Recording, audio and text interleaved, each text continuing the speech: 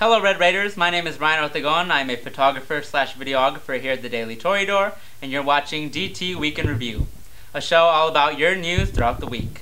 First we'll start with a news story written by Reese Nations about the Health Sciences Center expansion set to take place in 2017. After renovations to the Texas Tech Health Sciences Center were announced in the Board of Regents meeting in mid-October, the institution met to work out the details of the expansion project. The project will add a combined 183,515 gross feet of space to the campus.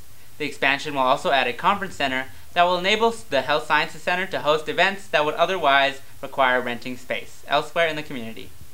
Susan Calloway, an associate professor of the Texas Health Sciences Center School of Nursing, was recently awarded the Texas Nurse Practitioner of the Year award.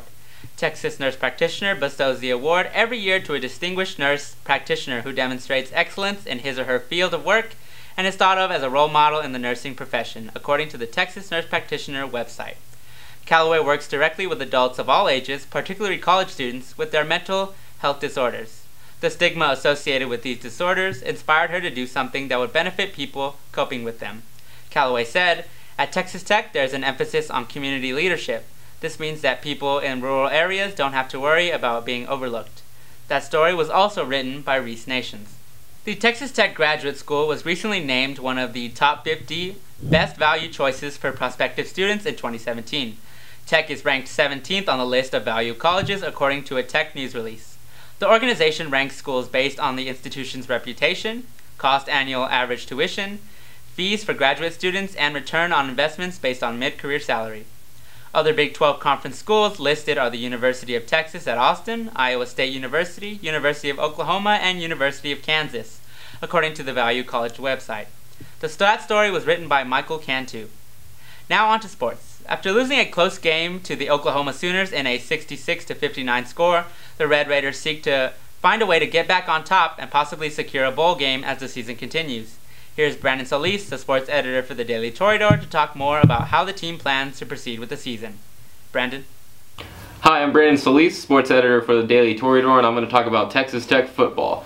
Last weekend here at the Jones, we saw a 66-59 loss to Oklahoma and former walk-on Texas Tech quarterback Baker Mayfield and their offensive coordinator Lincoln Riley, who have ties to Tech. Both were walk-ons and both, went on to do their own things. And Mayfield took care of business here against Texas Tech, and there were some good things and some negative things to take away from that loss. One good thing is Patrick Mahomes still has it. He looks good. He had an injury against Kansas here at the Jones earlier in the season, first game of Big 12 conference play, and that seems to be in the past now. It might still bother him, but it definitely didn't bother him against Oklahoma, who doesn't pose a big threat on defense, but on the offense side of the ball, going to the negative things, the defense allowed 854 yards.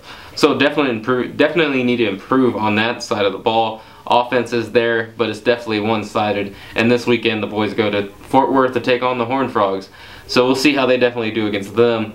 A good team, a good Big 12 team, 4-3 on the year. So let's see if we can, get a win under our belt, because we definitely need to reach 500 on the season, especially for bowl eligibility. It's going to be a huge game for Texas Tech, going up against Kenny Hill and Kyle Hicks of TCU, the quarterback and running back tandem that they have back there. Hicks leads the team in rushing. He also is their second leading receiver. So it's definitely going to be seeing some read option play, some play action, and then ground and air game that the Red Raider defense will have to stop this week. So hopefully they can do that and go out and get the win in Fort Worth. Like I said, much needed. So good luck to them. Wreck 'em. Thank you. Now on to LaVida.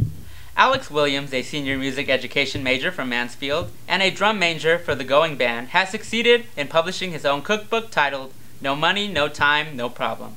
The book includes a variety of recipes for breakfast, appetizers, entrees, and desserts. The meals are not only meant to be quick and easy, but also be healthy, budget-friendly, and time-efficient. Williams said he began cooking at age 12 by attending a summer camp at Gaylord, Texas Resort. The camp allowed him to go into the resort's 5-star restaurants and learn from the chefs. He said he got the idea for publishing his own cookbook after someone suggested it to him. His mother had recently edited a cookbook while she was in England, and that book is now available all over the UK.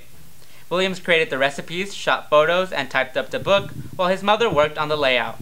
Williams said, "Buying all takeout food is much more expensive than buying bulk ingredients and making a bunch of meals from that.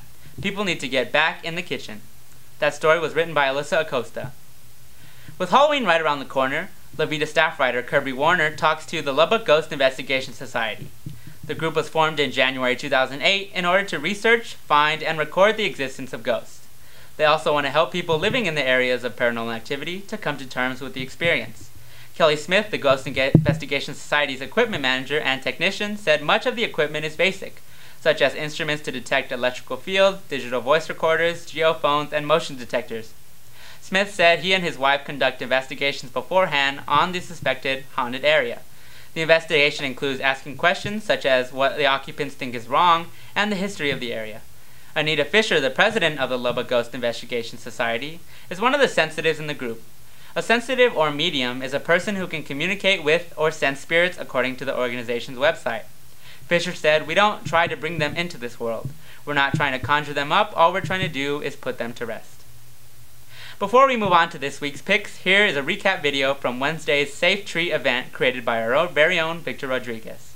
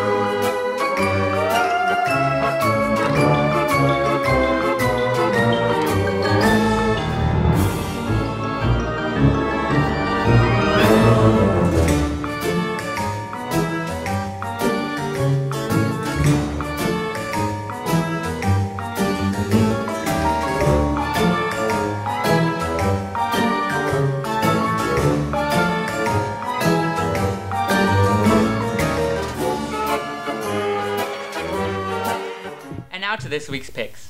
The column of the week is titled "We Need to Stop Taking Everything So Seriously" by Alex Olgis, so make sure to check that one out.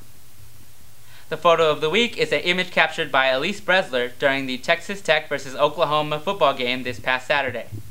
And that's all the time we have today for DT Week in Review. Don't forget to pick up this Thursday's package, Haunted Lubbock. And from everyone here at the Daily Toreador, we would like to say thank you for watching. Make sure to have a safe Halloween weekend, and for all your campus and local news, check back here to www.dailytoreador.com. Have a great week, Tech.